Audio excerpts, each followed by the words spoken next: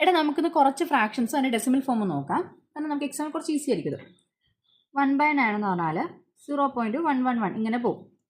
2/9 എന്ന് പറഞ്ഞാൽ 0.222 ഇങ്ങനെ അത് കണ്ടിന്യൂസ് പോയിക്കൊണ്ടിരിക്കുക, റിപ്പീറ്റ് ചെയ്യാണ്. 3/9 എന്ന് പറഞ്ഞാൽ 0.333. 4/9 0.444 ഇങ്ങനെ പോയി നമുക്ക് 8/9 എത്തുമ്പോൾ 0.888 ഇങ്ങനെ വരും. ആൻഡ് 9/9 ആകുമ്പോൾ നമുക്ക് 1 എന്ന് കിട്ടും. അതായത് 1 തൊട്ട് 9 വരെ എത്തുമ്പോഴത്തേക്കും 1ലേക്ക് അപ്രോച്ച് ചെയ്യണം. ഓക്കെ, 1 എന്ന നമ്പറിലേക്ക് വരാണ്. ആൻഡ് 9/9 എന്നാകുമ്പോൾ നമുക്ക് 1 കിട്ടും. അതവിടെ നിൽക്കട്ടെ.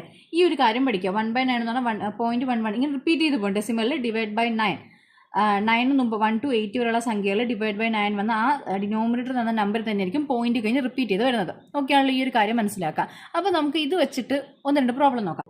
ചോദ്യം, √0.444ൻ്റെ റൂട്ട് കാണുക.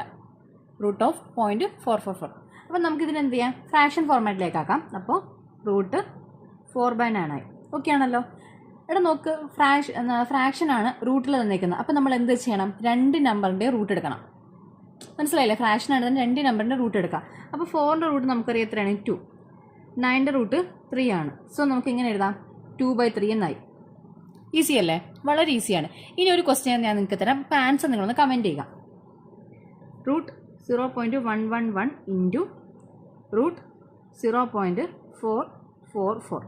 ഇതിൻ്റെ ആൻസർ നിങ്ങളൊന്ന് കമൻറ്റ് ചെയ്യും.